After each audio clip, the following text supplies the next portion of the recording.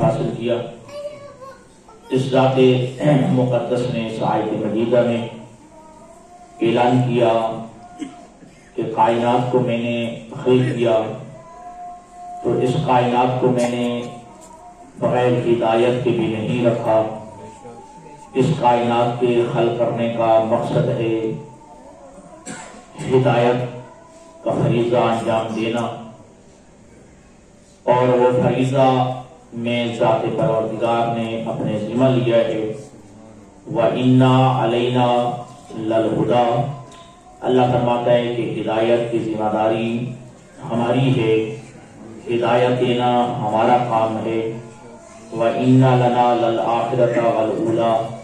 اور آخرت کا اختیار بھی ہمارے اندر ہے، اور دنیا کائنات کا جو ہے اختیار، اس کی حکومت بھی ہمارے ہی قبضہ میں ہے. اور یہی وجہ ہے کہ جب قیامت کا دن ہوگا تو ارشاد خداوندی ہوگا، بتاؤ الیوم لمن الملک. آج بتاؤ حکومت کس کی ہے، آج بتاؤ اقتدار کس کا ہے. تو پھر کہا جائے گا للہ الواحد القہار. آج اقتدار، آج حکومت، آج سلطنت اس ذات پروردگار کی. لہذا ہدایت کی ذمہ داری خالق نے اپنے ذمہ لی. جس طرح کہ قرآن مجید میں بہت سارے مقامات کے ہیں، کچھ کام ذات پروردگار نے اپنے ذمہ لیے اور اپنے اوپر اسے ذمہ قرار دیا. پہلا یہ کہا کہ وَمَا مِن دَابَّةٍ فِي الْأَرْضِ إِلَّا عَلَى اللَّهِ رِزْقُهَا. کائنات کو رزق دینا میں اللہ نے اپنے اوپر واجب قرار دیا ہے. اور کل ہی اس آیت مجیدہ کو ہم نے تفسیر قرآن میں پڑھا کہ کاتب ربکم علی نفسہ الرحمہ، کہ ذات پروردگار نے رحمت کا سلسلہ خود اپنے اوپر لازم قرار دیا کہ میں اللہ رحیم بھی ہوں، میں اللہ کریم بھی ہوں. اس طرح ایک اور کام ہے جو ذات پروردگار نے اپنے ذمہ لیا ہے، ان اللہ و ملائکتہ یصلون علی النبی یا ایھا الذین آمنوا صلوا علیہ وسلموا تسلیما. اللہم صل علی محمد و آل محمد. پیغمبر اور آل پیغمبر کے صلوات بھیجنا یہ بھی ذات پروردگار نے فرمایا کہ ہماری ذمہ ہے. اور میں ہر وقت ذات مصطفیٰ پر اور آل پیغمبر پر جو ہے صلوات بھیجتا ہوں. لہذا فرشتے بھی بھیجتے ہیں اور صاحبان ایمان تم بھی ان ہستیوں پہ صلوات و درود بھیجو. تو ایک کام ہدایت کا، جیسے میں عرض کیا کہ اِنَّ عَلَيْنَا لَلْهُدَىٰ، ہدایت کی ذمہ داری بھی ہمارے اوپر ہے. جب ہدایت کی ذمہ داری اللہ کے پاس ہے تو اب چاہیے کہ ذات پروردگار اپنی مخلوق کے سامنے آ کے ہدایت کا فریضہ انجام دے. لیکن آپ جانتے ہیں کہ وہ ذات پروردگار وہ جسم و جسمانیات سے منزہ و مبرہ ذات ہے. وہ ذات ہے کہ جو قابل رؤیت نہیں ہے، وہ ایسی ذات نہیں کہ جسے دیکھا جا سکے. تو لہذا جب ہدایت کی ذمہ داری اللہ کے پاس ہے، یعنی ہدایت کرنا اللہ نے اپنے ذمہ لے لیا ہے، تو اب اس کا جواب یہی علماء نے کہا کہ وہ اللہ قابل رؤیت نہیں ہے. وہ اللہ جو ہے جسم میں لطیف رکھتا ہے، وہ اللہ جسم و جسمانیات سے منزہ مبرہ ہے. اللہ کی ذات نظر نہیں آتی، حتیٰ کہ عالم بیداری تو بڑی دور کی بات ہے، وہ اللہ عالم نیند اور عالم خواب میں بھی نظر نہیں آتا ہے.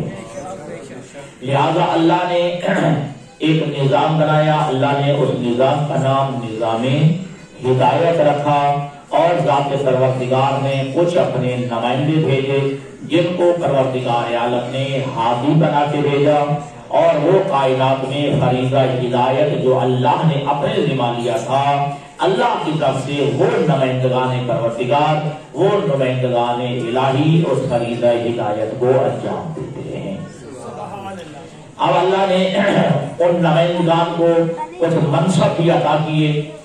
کسی کو منصب نبوت عطا کیا، کسی ہادی کو منصب رسالت عطا کیا، اور کسی ہادی کو منصب امامت عطا کیا.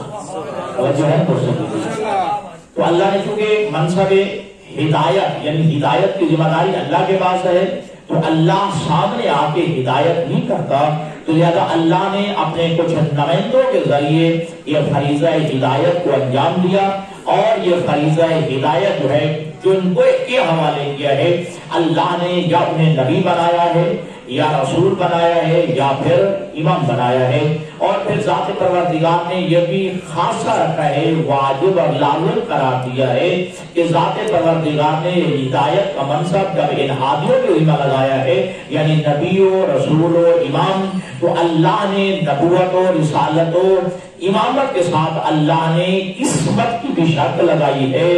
میرا نمائندہ چاہے وہ نبوت نبی بن کے آئے، چاہے رسول بن کے آئے، چاہے امام بن کے آئے، وہ معصوم ہوگا، غیر معصوم نہیں ہوگا۔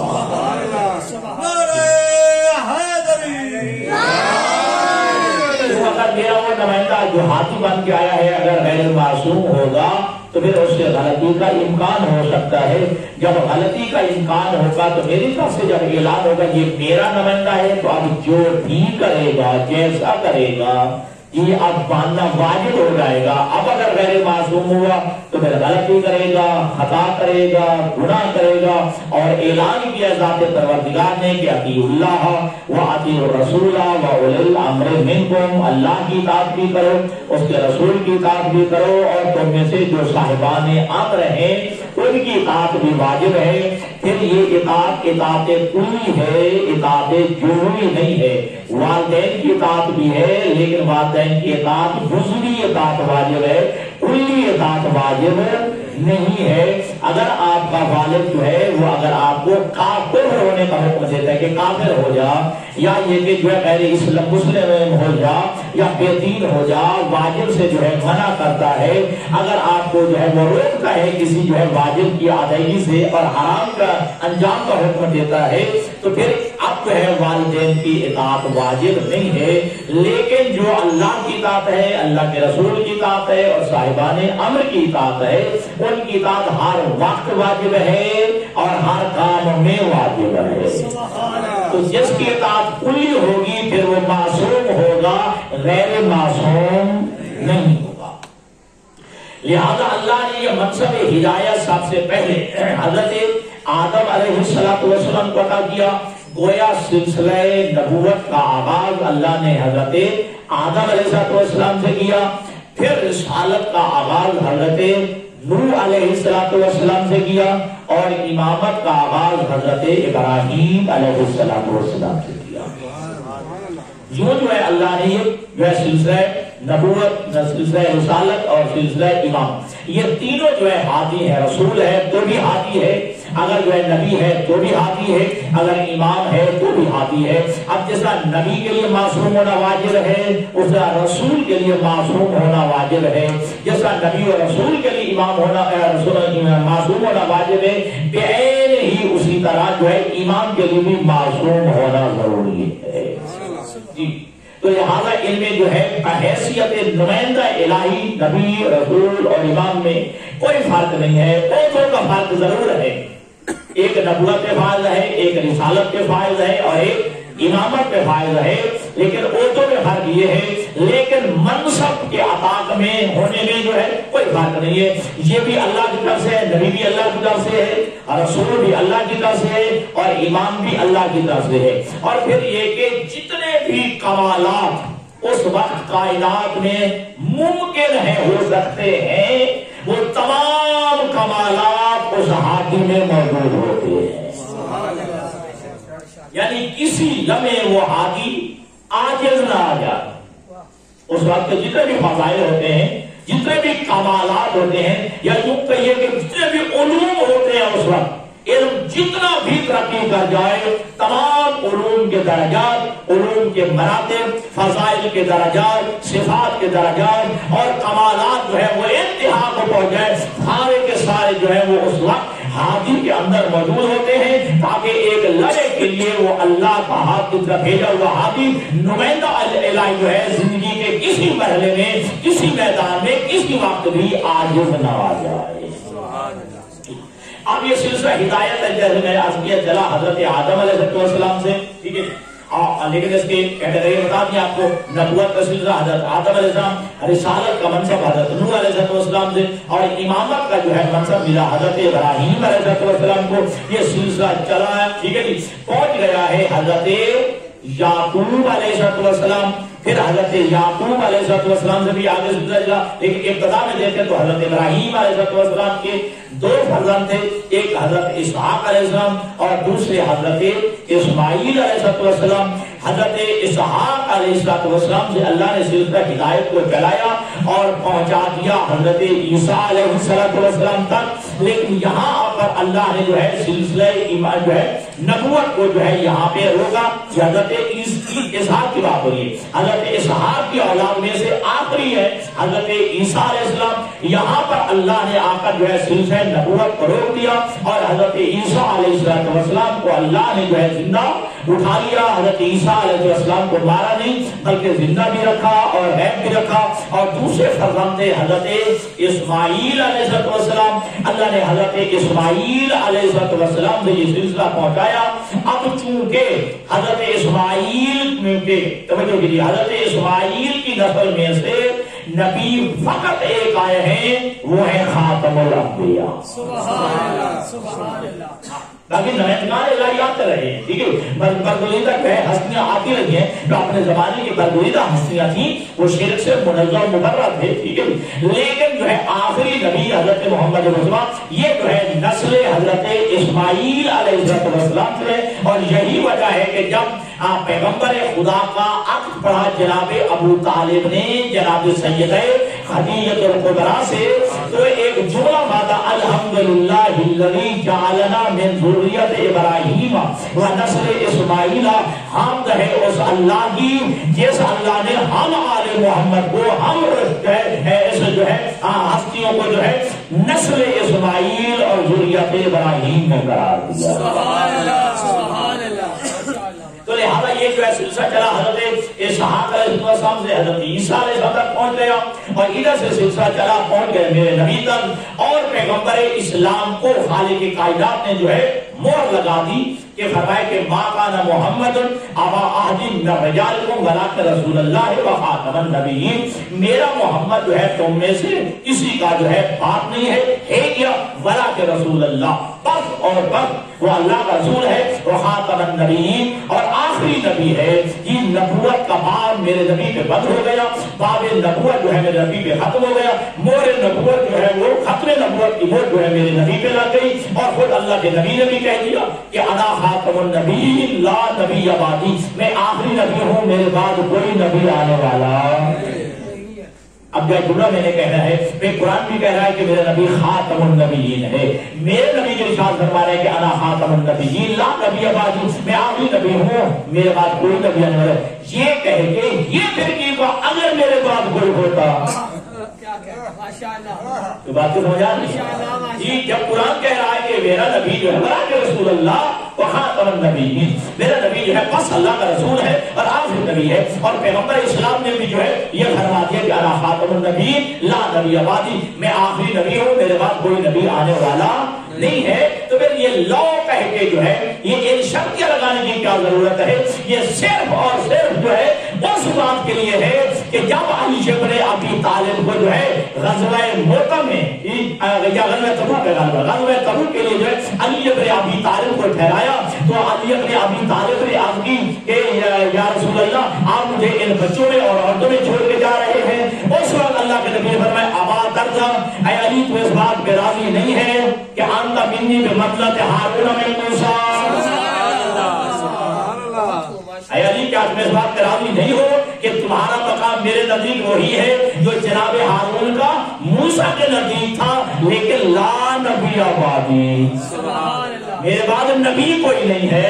یعنی حضرت ہارون جو ہے وہ حضرت موسیٰ کے وصی بھی تھے اور نبی بھی تھے، اور یہی درجہ دیا ہے علی ابن ابی طالب کو کہ تیرا مقام جو میرے نزدیک وہی ہے، تیری منزل میرے نزدیک وہی ہے، تیری حیثیت میرے نزدیک وہی ہے جو جناب ہارون کی جناب موسیٰ کے ساتھ تھی، لیکن لا نبی بعدی، میرے بعد نبی کوئی نہیں ہے. سبحان اللہ سبحان اللہ. جی صرف اس کو جو ہے گھٹانے کے لیے، عظمت کو گھٹانے کے لیے اگر جو ہے نبی ہوتا تو بھلا ہوتا.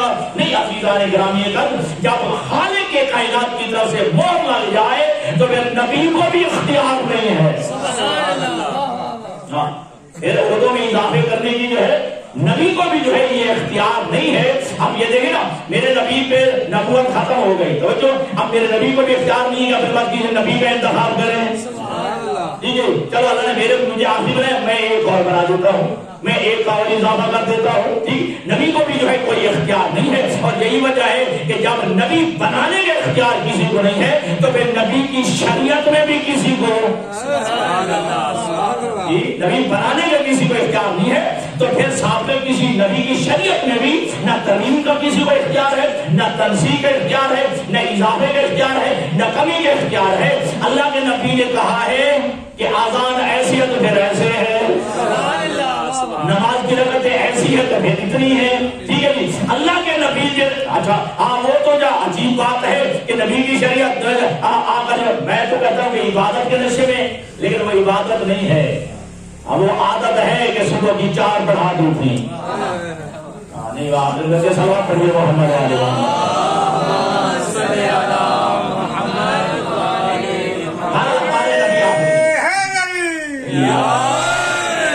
میرے نبی پہ جو ہے ختم نبوت کی مہر لگی اور میرے نبی نے اعلان کر دیا کہ الا خاتم النبیین لا نبی بعدی، میرے بعد کوئی نبی آنے والا نہیں، ٹھیک ہے، میں آخری نبی ہوں. ٹھیک ہے، اب یا تو میرے نبی پہ سلسلہ نبوت جب ختم ہو گیا، اب چاہیے تھا کہ قیامت آ جاتی. ٹھیک ہے ٹھیک ہے، یا قیامت آ جاتی یا کم از کم جو ہے یہ نبی اور ہوتا. نبی تو آنا کسی نے نہیں، قیامت بھی نہیں آئی تو اس مخلوق کے کوئی ہاتھی کا بھی بندوبست ہے یا نہیں؟ جی میرے نبی آخری نبی ہے، میرا نبی دنیا سے جا رہا ہے. ٹھیک ہے، اور میرے نبی جو ہے ظاہر جو ہے وہ جا رہے ہیں، وصال فرما رہے ہیں، ارتحال فرما رہے ہیں، آپ کی رحلت ہو رہی ہے. ٹھیک ہے، اور میرے نبی پہ جو ہے باب نبوت بند ہو گیا ہے. ٹھیک ہے، یا تو پھر قیامت آ جاتی، سلسلہ کائنات ختم ہو جاتا. پھر تو بات تھی جب جو ہے قیامت بھی نہیں آئی اور قیامت ابھی آنی بھی نہیں ہے تو پھر کوئی ہدایت کا بندوبست ہونا چاہیے. ہاں اس وقت جو ہے ذات پیغمبر کو خالق اکبر نے کہا اپنے بعد ہاتھی کا بھی اعلان کرتے، اپنے بعد جو ہے ہاتھی کا اعلان کرتے. یہ ہمارا مکتب تشیع کا عقیدہ ہے اور پختہ عقیدہ ہے. ایک لمحے کے لیے، ایک سیکنڈ کے لیے جو ہے اس میں کسی قسم کا تردد نہیں ہے. جس طرح نبی کا انتخاب اللہ کرتا ہے، امام کا انتخاب بھی اللہ کرتا ہے اور اس نبی کے ذریعے امامت کا انتخاب کر کے اعلان کروا دیتا. اور یہی وجہ ہے کہ جب علی بن ابی طالب کی ولایت کا اعلان ہوا مقام غدیر پہ تو حارث بن نعمان فہری نے یہی آخری کہا تھا کہ لا الہ الا اللہ. آپ نے کہا ہم نے پڑھ لیا، آپ نے محمد رسول اللہ ہم نے پڑھ لیا، آپ نے نماز روزہ حج زکات صدقات خیرات کا احکامات کہے، آپ نے عوام نبوی کا بتائے، ہم نے سب جو ہے مان لیے. اب جو ہے علی بن ابی طالب کی سرداری کا اعلان کر دیا، علی بن ابی طالب کی امامت و ولایت کا اعلان کر دیا، علی کی مولائیت کا اعلان کر دیا ہے. تو اللہ کے نبی نے یہاں پہ ایک جملہ کہا تھا کہ الوحی من اللہ وصفیہ جبرائیل والمعظم انا. وہی بھیجنے والا اللہ تھا، لانے والا جبرائیل تھا، میں تو اعلان کر کے سنانے والا تھا.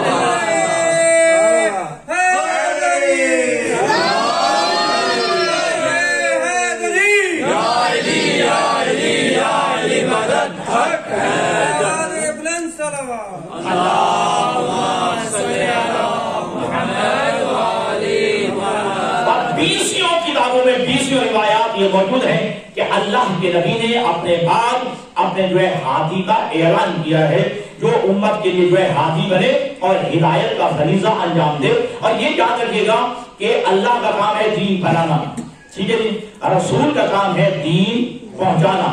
اور جو اس نبی یا رسول کا جو آگے جو ہے وسیع ہوتا ہے، خلیفہ ہوتا ہے، جانشین ہوتا ہے، وہ اللہ کی بنائی ہوئی اور اپنے ما سبق نبی کی پہنچائی ہوئی اس جو ہے شریعت کا، اس دین کا محافظ ہوتا ہے. وہ محافظ ہوتا ہے. اب جب بعد میں بھی تشریف لائیں گے تو یہ بھی غلط فہمی نہیں ہونی چاہیے کہ شاید کوئی نیا دین لائیں گے یا نئی شریعت لائیں گے. نہ، وہی شریعت محمد ہوا، وہی دین مصطفی جو ہے وہ کائنات پہ جو ہے لاگو کر دے. لِيُظْهِرَهُ عَلَى الدِّينِ الدین کلہ ولو کرہ الکافرون، اور ایک آیت میں ہے کہ لیظہرہ الدین کلہ ولو کرہ المشرکون، کہ پوری کائنات میں بس دین خدا ہوگا اگرچہ جو ہے کافروں کا ناپسند بھی کیوں نہ ہو، پوری کائنات کے بس اور بس دین اسلام ہوگا۔ تو میں تو کہوں گا کہ اس بعد نظام مصطفی ہوگا جی، اور انتظام مرتبی ہوگا، سبحان اللہ جی، کائنات میں بس اور بس جو ہے میرے امام کا سکہ راہ میں ہوگا۔ بارہ یہ سلسلہ ہند ہے، ہدایت میرے نبی تک اور میرے نبی نے ہدایت، تین روایتیں، تینوں میں جو ہے لفظوں میں یہ ہے، لیکن 12 کا لفظ جو ہے وہ تینوں میں آیا ہے، اسنا عشر 12 کا ہے، ٹھیک ہے جی، نہ 13 کا ہے نہ 11 کا ہے جی، من بنی قریش بھی کہا ہے، من بنی ہاشم بھی کہا ہے، من ولدی بھی کہا ہے، میرے بعد میرے 12 ہوں گے، پھر کہا کہ میرے 12 خلیفہ ہوں گے تو بنی قریش میں سے ہوں گے، پھر جو ہے تخصیص کر کے کہا کہ میرے جو ہے نمائندے ہوں گے وہ 12 ہوں گے لیکن بنی ہاشم میں سے ہوں گے جی، اور بعد میں تو یہ بھی روایات میں ملتا ہے کہ اللہ کے نبی نے یوں جو ہے تخصیص کر کے بتا دیا ہے وہ سارے کے سارے جو ہے میری بیٹی زہرا کی اولاد میں سے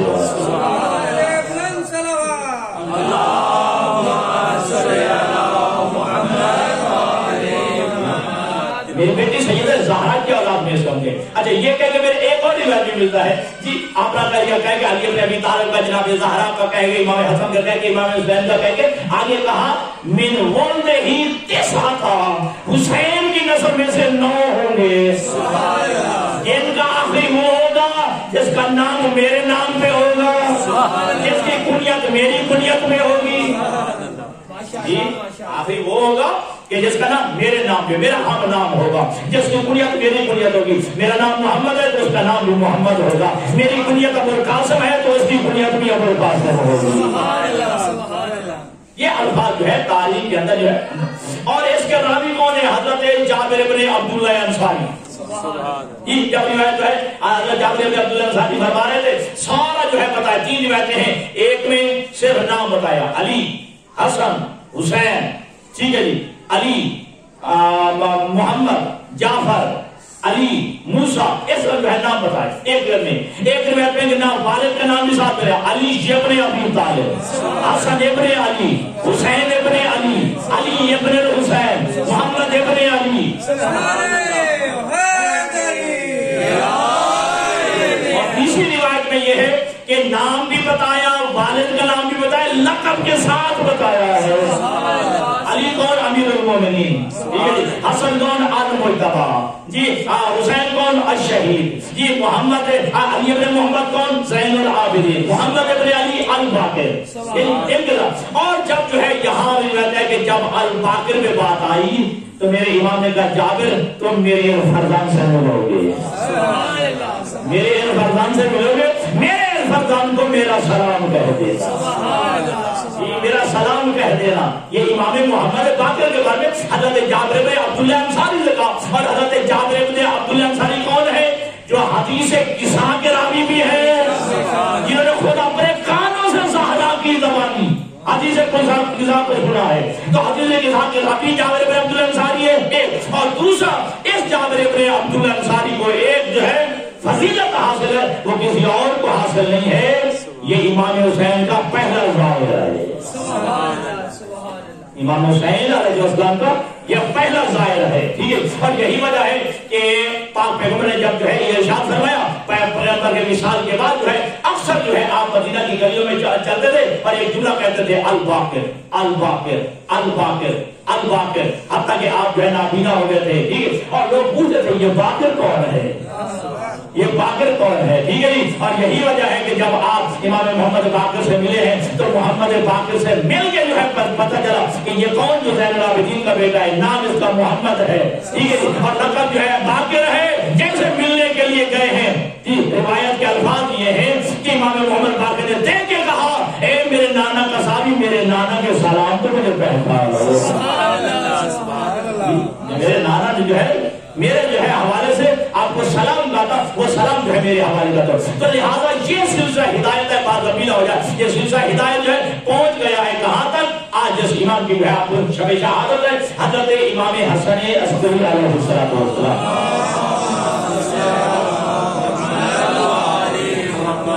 تو ہمارے تمام ائمہ جس کے لیے میں نے آپ کو کہا کہ منصب امامت میں سارے برابر ہیں, منصب علم میں سارے برابر ہیں, عصمت میں سارے برابر ہیں, سخاوت میں سارے برابر ہیں, شجاعت میں سارے برابر ہیں, زہد میں سارے برابر ہیں, عبادت میں سارے برابر ہیں, فصاحت و بلاغت میں سارے برابر ہیں. اور جب بھی قرآن پہ وقت آیا اور جب بھی اسلام اور اہل اسلام پہ وقت آیا ہے تو آل محمد کا دروازہ ہی لوگوں کو نظر آیا. ٹھیک ہے جی. اور کئی جگہ میں یہ آپ کو یہ جملہ جو ہے عرض کر چکا ہوں کہ صحابہ کندی جو ہے میرے اس امام کے زمانے میں تھا, ایک فلسفی تھا, اس نے جو ہے قرآن کے تضادات پہ جو ہے تناقض قرآن پہ ایک کتاب لکھنا شروع کی کہ قرآن مجید میں اختلاف ہے, اللہ ایک آیت میں کچھ کہتا ہے, دوسری آیت میں اللہ کچھ کہتا ہے. یہ صحابہ کندی اس کا نام ہے میرے اس امام کے زمانے میں, 11ویں امام کے زمانے میں. ٹھیک. اور امام کو علم ہوا کہ یہ بدبخت جو ہے تضاد قرآن پہ تناقض قرآن پہ جو ہے کتاب لکھ رہا. ٹھیک. تو امام نے اپنے شاگرد سے فرمایا کہ اپنے استاد کو شاگرد کہتے ہیں مجھے عالم ہے, فاضل ہے, میرا استاد ہے, میں اپنے استاد کو کیسے روک سکتا ہوں؟ امام فرماتے تو اپنے امام کو اپنے جو ہے استاد کو روک تو نہیں سکتا کہ اپنے حق سے بات جا, اپنے استاد کو سوال کر سکتا ہے. کہتے کہ ہاں میں اپنے استاد کو سوال کر سکتا ہوں. امام نے فرمایا یہ سوال کر کہ اے استاد محترم, اللہ کا ہے یہ قرآن, یہ کلام ہے اللہ کا, ٹھیک ہے, ممکن ہے کہ اللہ کچھ کہنا چاہتا ہے تو کچھ اور سمجھ رہا ہو؟ یہ ممکن ہے نا, ممکن ہے کہ اللہ کی مراد کچھ اور ہو, ٹھیک ہے, اور اللہ اس کا مفہوم کچھ اور لے رہا ہو, اللہ کی مراد کچھ اور ہو, تو کچھ اور سمجھ رہا ہو. کیا یہ سوال کر سکتا ہے؟ ہاں میں اپنے استاد سے یہ سوال کر سکتا ہوں. اپنے استاد کی خدمت میں آیا, اسحاق کے کندی سے کہا کہ استاد محترم میرا ایک سوال ہے, آپ جو تضاد قرآن پہ تناقض قرآن پہ کتاب لکھ رہے ہیں, اللہ ایک آیت میں کچھ کہتا ہے, دوسری آیت میں کچھ کہتا ہے, ٹھیک, لہذا قرآن میں اختلاف ہے, تو آپ مجھے یہ بتائیے کیا یہ ممکن نہیں ہے کہ اللہ کی مراد کچھ اور ہو, آپ کچھ اور سمجھ رہے ہو؟ یہ ممکن نہیں ہے. روایت کہتی ہے کہ اس نے جو ہے اپنا قلم اپنے جو ہے دانتوں میں ڈال کے زور سے دبا کے کافی دیر جو ہے حیرت کے سمندر میں ڈوب گیا. حیران ہو کے سوچ کے جو ہے قلم کو پھینک کے کہتا ہے بتا تجھے یہ سوال کس نے کیا ہے؟ تو یہ سوال کس نے کیا؟ کہتے کہ نہیں استاد بول رہا ویسے ہی میرے ذہن میں آ گیا. کہتے نہیں تو جھوٹ بول رہا ہے, جس کے استاد کے ذہن میں نہیں آیا شاگرد کے ذہن میں کیسے آ سکتا ہے؟ فوراً پھر اس آیت کو پڑھا. جب انہوں نے کہا, اس نے کہا نا کہ مجھے امام حسن عسکری نے یہ سوال کیا, تو فوراً کہا اللہ یعلم حیث یجعل رسالتہ, اللہ ہی بہتر جانتا ہے کہ اس نے اپنے پیغام کو کس گھر میں بھیجا ہے. تو یہ کام آل محمد کے دروازے سے ہی آ سکتا ہے, اہل بیت کے گھر سے جو ہے آ سکتا ہے. تو دوستان گرامی قدر یاد رکھیے گا کہ تمام ائمہ جو ہے علم میں تھے, اور جب بھی اسلام پہ وقت آیا, مسلمانوں پہ وقت آیا, ایک نصرانی تھا, ایک عیسائی تھا, یہ معتمد کے زمانے میں کہہ سالی پڑ گئی, خشک سالی ہو گئی, بارشیں بند ہو گئی, جی گندم ختم, ہر وجہ کھیت جو ہے وہ ویران ہو گئے, کھیتیاں ختم ہو گئی, لوگ پریشان ہوئے. ایک عیسائی تھا نصرانی, وہ کہتا ہے اس کا حل میرے پاس ہے, ٹھیک ہے. اس نے جو ہے کہا اپنا دعا کے لیے ہاتھ اٹھائے, تھوڑی دیر کے بعد جو ہے بادل, جی بادل آیا, اس کے بعد جو بارش ہوئی, جل تھال ہو گئے. ٹھیک. اب روایت کہتی ہے کہ وہ حکمران بھی پریشان ہوئے, وہ حکومت کے اراکین بھی پریشان ہوئے. ٹھیک. ایک عیسائی ہے, غیر مسلم ہے, ٹھیک, اور لوگ عیسائیت کی طرف میل ہونا شروع ہو گئے ہیں, لوگ عیسائی ہونا شروع ہو گئے ہیں. اب آئے امام حسن عسکری علیہ السلام کے پاس,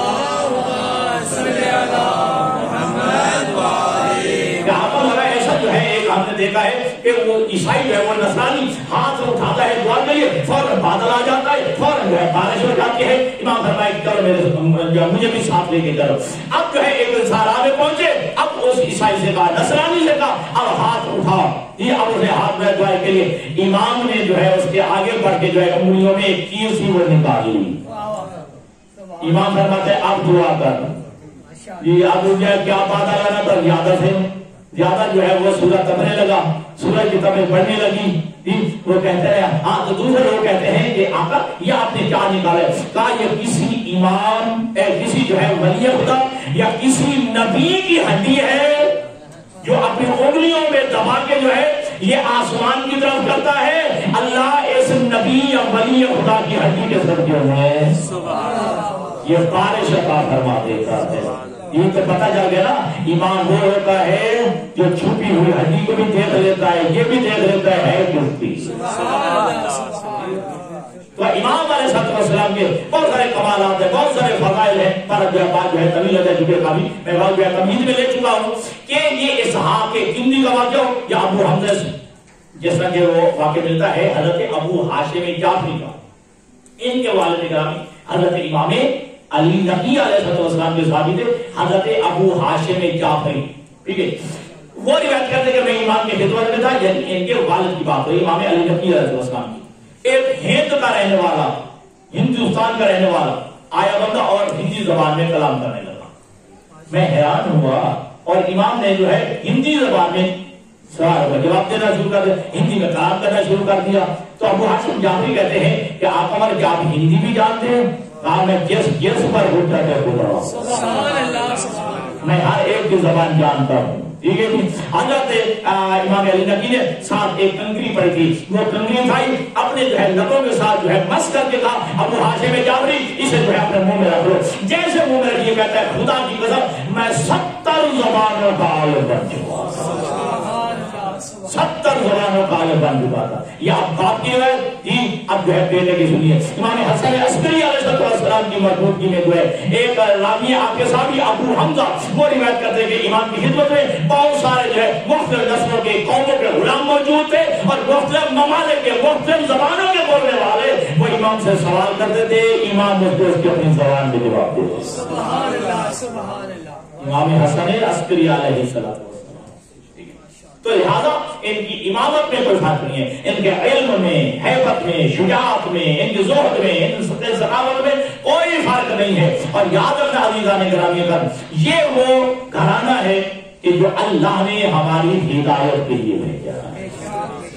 یہ وہ گھرانہ ہے جو اللہ نے ہماری ہدایت کے لیے بھیجا ہے، اور ان کا جو ہے ہر فعل جو ہے ہدایت سے خالی نہیں ہے۔ اگر جو ہے منصبے دیکھیے نا، کوئی ضروری نہیں ہے کہ کسی امام کے لیے اقتدار بھی ضروری ہو، یہ بھی ذہن میں رکھیے گا۔ امام کے لیے اقتدار کا ہونا کوئی ضروری نہیں، طاقت کا ہونا کوئی ضروری نہیں۔ اگر ایک امام کو ملا ہے وہ بھی ولی عہد کی ملی ہے، ٹھیک ہے، ولی عہد کی ملی ہے حضرت امام علی رضا علیہ السلام کو، ٹھیک ہے جی۔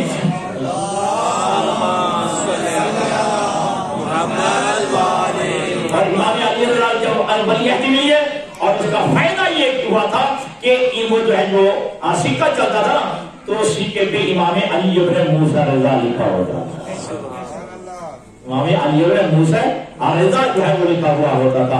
پر امام علیہ السلام کے علم کی منزل دیکھیے، ایک سوال رہا، سوال کیا امام علیہ السلام سے، امام حسن عسکری شریعت مقدسہ نے مرد کو 2 حصہ کیوں دیا ہے اور عورت کو 1 حصہ کیوں دیا ہے شریعت مقدسہ؟ حالانکہ مرد طاقتور ہے، مرد کما سکتا ہے، عورت جو ہے وہ کمزور ہے، صرف نازک ہے، اس کا 1 حصہ کیوں ہے؟ سنیے، امام فرماتے ہیں کہ تو نے وراثت کی تقسیم کو دیکھا ہے، مستقبل کو نہیں دیکھا۔ شریعت جو ہے جس کے فرائض زیادہ رکھتی ہے اس کے حقوق بھی زیادہ رکھتی ہے۔ سبحان اللہ۔ اب امام نے مثال دی ہے کہ مرد پہ جہاد واجب ہے، عورت پہ جہاد واجب نہیں ہے، مرد پہ ہر وقت نماز واجب ہے، عورت پہ کچھ دنوں کے لیے نماز واجب نہیں ہوتی۔ اگلا جملہ جو امام فرماتے ہیں کہ نان و نفقہ مرد پہ واجب ہے، عورت پہ قسم معاش واجب نہیں ہے۔ تو جتنے فرائض زیادہ اتنے حقوق زیادہ ہیں۔ اگلا جملہ امام فرماتے ہیں کہ شریعت کو پتہ ہے اس عورت نے آگے جا کر اس کی شادی ہونی ہے، ٹھیک ہے جی، تو جب شادی ہوگی تو اس کا شوہر بھی ہوگا، پھر اس کی اولاد بھی ہوگی، پھر اس کے رزق کی ذمہ داری، اس کے نان و نفقہ کی ذمہ داری کس کی ہو جائے گی؟ شوہر کی اور اولاد کی ہو جائے گی۔ توجہ رہے، جب اس لڑکی کی شادی ہوگی تو پھر اس کے نان و نفقہ واجب ہو جائے گا اس کے شوہر پر اور اولاد پر، اور یہ لڑکا جب شادی کرے گا تو باپ بنے گا اور شوہر بنے گا، تو بیوی کی ذمہ داری بھی ہے اس میں، اولاد کی ذمہ داری بھی ہے اس میں۔ یہ ہے شریعت کا علم۔ اس لیے اللہ نے مرد کو 2 حصہ دیا ہے، اور عورت کو ایک حصہ عطا کیا ہے. ہاں اور دوسرا ایک بندے نے خط لکھا, خط میں یہ لکھا کہ آقا جب آپ کا فرزند ظہور فرمائے گا تو نظام امامت کیسے چلائے گا, حکومت کا نظام کیسے چلائے گا. سنیے امام نے جواب میں لکھا میرے اس بیٹے کے دور میں جو سلسلہ نظام حکومت ہوگا وہ علم کے ذریعے سے ہوگا. جو سنا علم کے ذریعے سے ہوگا. امام فرماتے ہیں اس وقت شہادتوں کی اور گواہیوں کی ضرورت بھی نہیں ہوگی. امام ہر ایک کے اندر کے حالات سے واقف ہوں گے. یہ بیٹا ہر ایک کے اندر کے حالات سے باخبر ہوگا. اس وجہ سے میرا بارواں جو ہے ہمارا بیٹا جو ہے وہ اس کا جو ہے فیصلے فرمائے گا. شہادتوں کی گواہی کی ضرورت بھی نہیں ہوگی, شہادتوں کی گواہی بھی گواہی کی ضرورت نہیں ہوگی. ایک آدمی نے اب اگلا امام جو ہے امام فرماتے جب یہ جواب لکھا تو امام فرمایا ایک سوال کرنا تو بھول گیا ہے جو تو کرنا چاہتا تھا لیکن نہیں سکا. تو سوال کرنا چاہتا تھا لیکن تو بھول گیا, خاموش ہو گیا. جی تو نے یہ بھی لکھنا تھا کہ بخار کا علاج کیا ہے. توجہ رہے, بخار کا علاج کیا ہے. امام فرماتے ہیں یا نار کونی بردن و سلاما علی ابراہیم, یہ مریض کے گلے میں لے کے ڈال دو بخار ہو جائے گا. جی جب یہ خط پہنچا وہ کہتے ہیں واقعہ میں نے جو لکھنا تھا لیکن میں بھول گیا تھا. جی وہ کہتا ہے کہ میں نے جو ہے امام پہ یہ جملہ جو ہے یا نار کونی بردن و سلاما علی ابراہیم لکھا اور اپنے گلے میں ڈالا, میں شفا یاب بھی ہو گیا اور ایمان میں بھی اضافہ ہو گیا. جی ایمان میں بھی اضافہ ہو گیا. جی محمد ابن عیاش اکرامی ہے وہ روایت کرتا ہے کہ کچھ لوگ بیٹھے تھے جو امام حسن عسکری کے فضائل بیان کر رہے تھے. ان میں ایک دشمن اہل بیت بھی تھا. وہ کہتے تم جو ہر وقت اپنے امام کے فضائل بیان کر رہے, میں دیکھتا ہوں تمہارا امام کتنا جو ہے عالم ہے, کتنے فضائل کا مالک ہے. میں کاغذ پہ لکھتا ہوں لیکن قلم سے نہیں, سیاہی سے نہیں, روشنائی سے نہیں, انگلی سے لکھتا ہوں. اگر تمہارا امام میرے سوال کو بھی پڑھ لے, میرے سوال کو بھی پڑھ لے اور میرے جواب کو بھی پڑھ لے تو پھر میں تمہارے امام کی امامت کا قائل ہو جاؤں گا, تمہارے امام کے جو ہے فضائل کا قائل ہو جاؤں گا. جیسے جو ہے اپنی انگلی سے جو ہے سوال لکھا, روشنائی سے نہیں, قلم سے نہیں, سیاہی سے نہیں, انگلی سے لکھا اور بند کر کے جو امام کی خدمت میں بھیج دیا. امام علیہ السلام نے جو ہے واپس جو ہے اس کا سوال بھی لکھ دیا. اور نہیں ابھی آپ نے سمجھی, سوال بھی لکھا تو میرا سوال یہ ہے, میرا جواب یہ ہے, تیرا نام یہ ہے, تیرے باپ کا نام یہ ہے.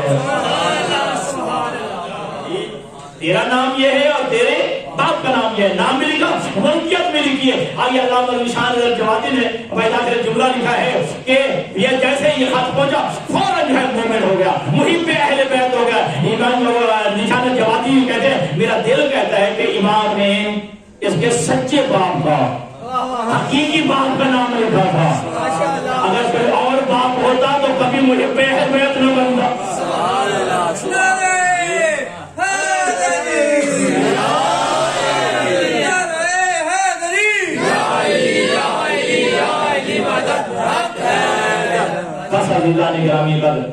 میرا وہ امام ہے یہ امام حسن عسکری علیہ السلام. صرف 6 سال کے تھے اپنے والد گرامی امام علی نقی کے ساتھ سامرا میں آ گئے.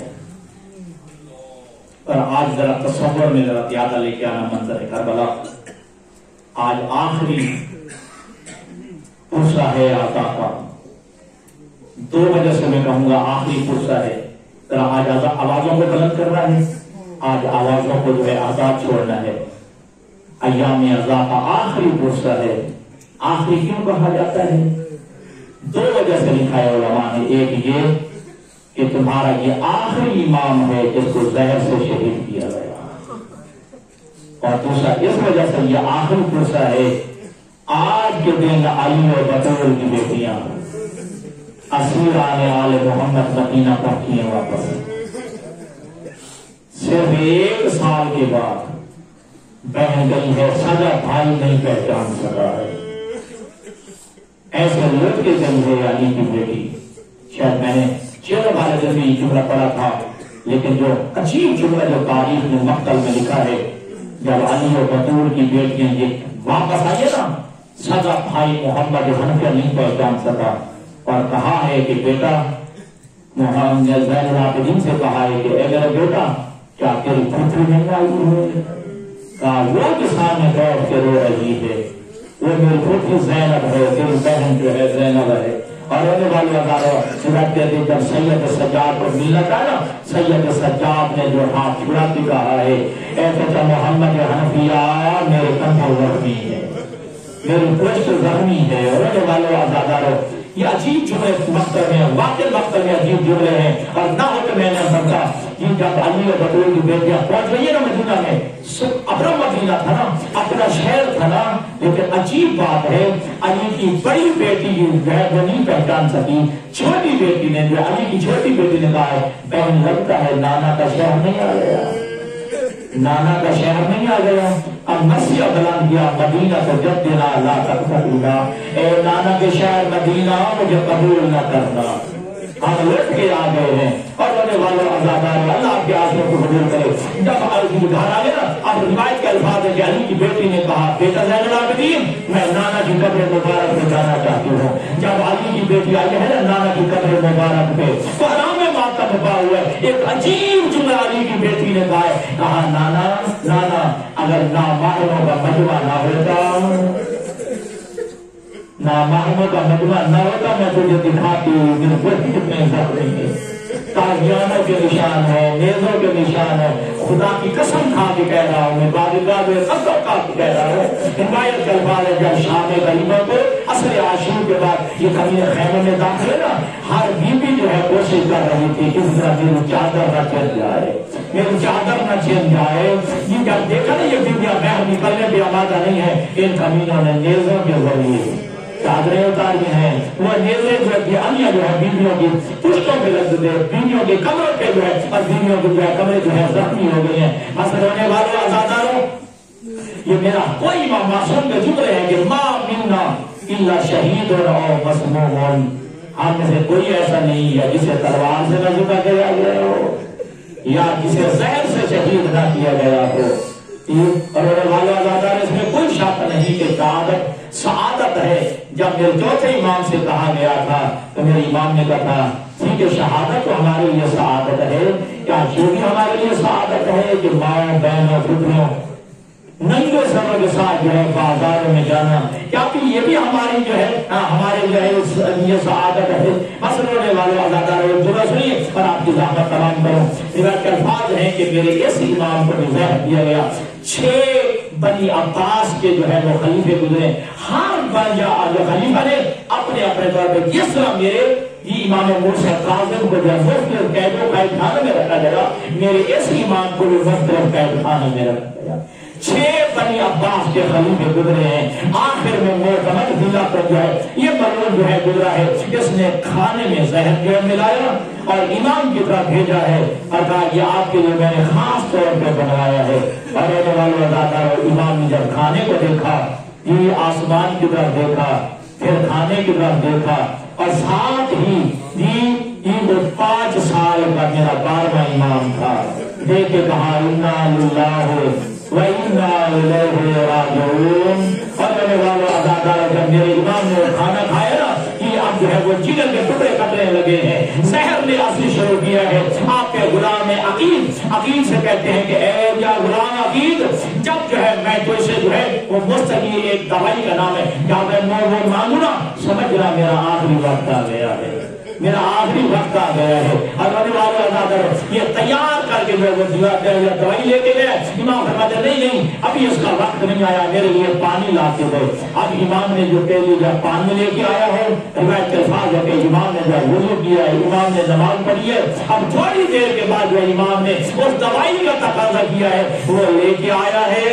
لیکن عزادار میرے 12واں امام خود ہی روایت کرتا ہے میرے امام کے ہاتھ کانپنے لگے، میرے امام کے ہاتھ لرزنے لگے، امام کے ہاتھ سے جو ہے وہ پانی کا دام یا وہ دوائی جو ابلی ہوئی تھی وہ گر گئی ہے۔ اب یہاں روایت کے الفاظ ہے کہ میرے 12ویں نے عجب نہیں کہا وہ دادا حسین تو بھی پیاسا گیا تھا، میرا بابا جو ہے یہ بھی پیاسا دنیا سے جا رہا ہے۔ لیکن عزاداروں 2 حسن گزرے ہیں، ایک حسن مجتبیٰ ہے، ایک حسن عسکری ہے۔ لیکن عزادار میں جملہ کہوں کہوں گا اے حسن عسکری تو خوش قسمت ہے جب تجھے انتقال ہوا تو غسل بھی دیا گیا ہے تمہیں کفن بھی پہنایا گیا ہے اور تیرا جنازہ بھی اٹھا ہے لیکن ہائے تیرا دادا حسن مجتبی عزادارو جب حسن مجتبی کا میت لے کے جایا گیا ہے عزادارو تیروں کی برسات ہوئی 70 تیر حسن کے جنازے میں پیوست ہو گئے ہیں بس رہنے والوں عزادارو جب جو ہے 12ویں کا جنازہ اٹھایا گیا ہے یہ جنازہ اٹھایا گیا ہے اور روایت کہتی ہے کہ بہت بڑا جنازہ تھا امام حسن عسکری کا حکومت کے اراکین بھی شامل ہوئے مسلمان بھی جو ہے اس میں شامل ہوئے اور 12ویں امام سے کہتے ہیں اے آقا تیرا باپ بڑا خوش قسمت تھا جس کا جنازہ بھی اٹھایا گیا لیکن ہائے وہ بیمار امام کیا کرے جو 3 دن کا بھوکا پیاسا اپنے بابا کی لاش کو چھوڑ کے کربلا روان سے روانہ ہو گیا عزادارو جب 12واں امام ہے جب 4تھے امام ہے جب امام حسین کی لاش کو چھوڑ کے جا رہے تھے نا اب بی بی زینب قریب آئی ہیں اور ایک جملہ کا حسرت بھری نگاہ سے دیکھ کے کہا ہے کہ اے نانا صلی اللہ علیہ کا ملک السلام نانا تیرے اوپر تو آسمان کے ملائکہ نے درود و سلام بھیجا ہے نانا دیکھ ہاں حسین مرمد بالدماء اے نانا دیکھ یہ حسین جو ہے کربلا کی خاک و خون میں گرفتار پڑا ہے مقطع اور آزاد حسین کے ٹکڑے ٹکڑے ہو گئے ہیں بنات کا سوایا اے نانا دیکھ تیری بیٹیاں قیدی بن کے جا رہی ہیں مغرب ہونے والوں عزادارو میرے امام کا جو ہے جنازہ اٹھا ہے اب میرے امام کا جنازہ اٹھا ہے جب جو ہے آپ کا جو ہے بھائی جس کا نام جعفر ہے جب پڑھانے کے لیے آگے بڑھا ہے تو میرا 5واں امام گھر سے نکلا ہے عزادارو جنازہ خود پڑھائے کہ معصوم کا جنازہ معصوم پڑھاتا ہے عزادارو جب پتہ چلا ہے نا جب پتہ چلا ہے کہ یہی حسن عسکری ہے کہ جس کا بیٹا محمد عامر یہی 5 سال کا ہے عزادارو یہ سموتنت کے جو ہے سپاہی دورے ہیں اور کہاں داخل ہوئے ہیں اہل بیت کے گھر میں داخل ہو گئے ہیں عزادارو نرجس خاتون کے گھر میں داخل ہو گئے عزادارو میں کہوں گا بی بی نرجس خاتون تیرے گھر میں بھی نہ ہمارا داخل ہو گئے لیکن اے بی بی تیرے سر سے چادر تو نہیں سینی ہے تیرے جو ہے توہین تو نہیں کی ہے لیکن آپ بھی شام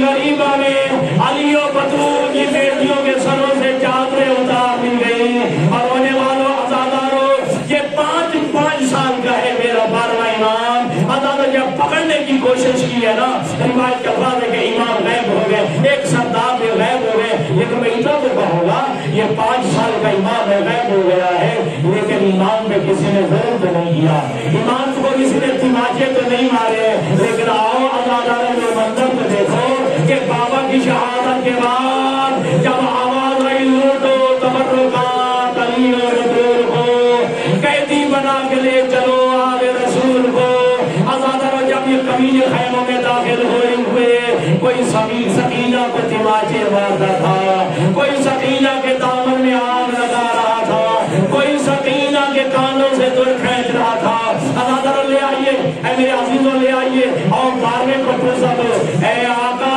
تجھے پرسہ دینے والے اتنے موجود ہیں لیکن میں نے جتنے بھی گزرے امام ان کا وارث میں دنیا میں نہیں رہا لیکن عزادارو یہ تمہارا وہ امام ہے جس کا پرسہ لینے والا تمہارا 12واں امام زندہ بھی ہے موجود بھی ہے اور کہو آقا تیرے بابا کا پرسہ ہے ماتم حسن عسکری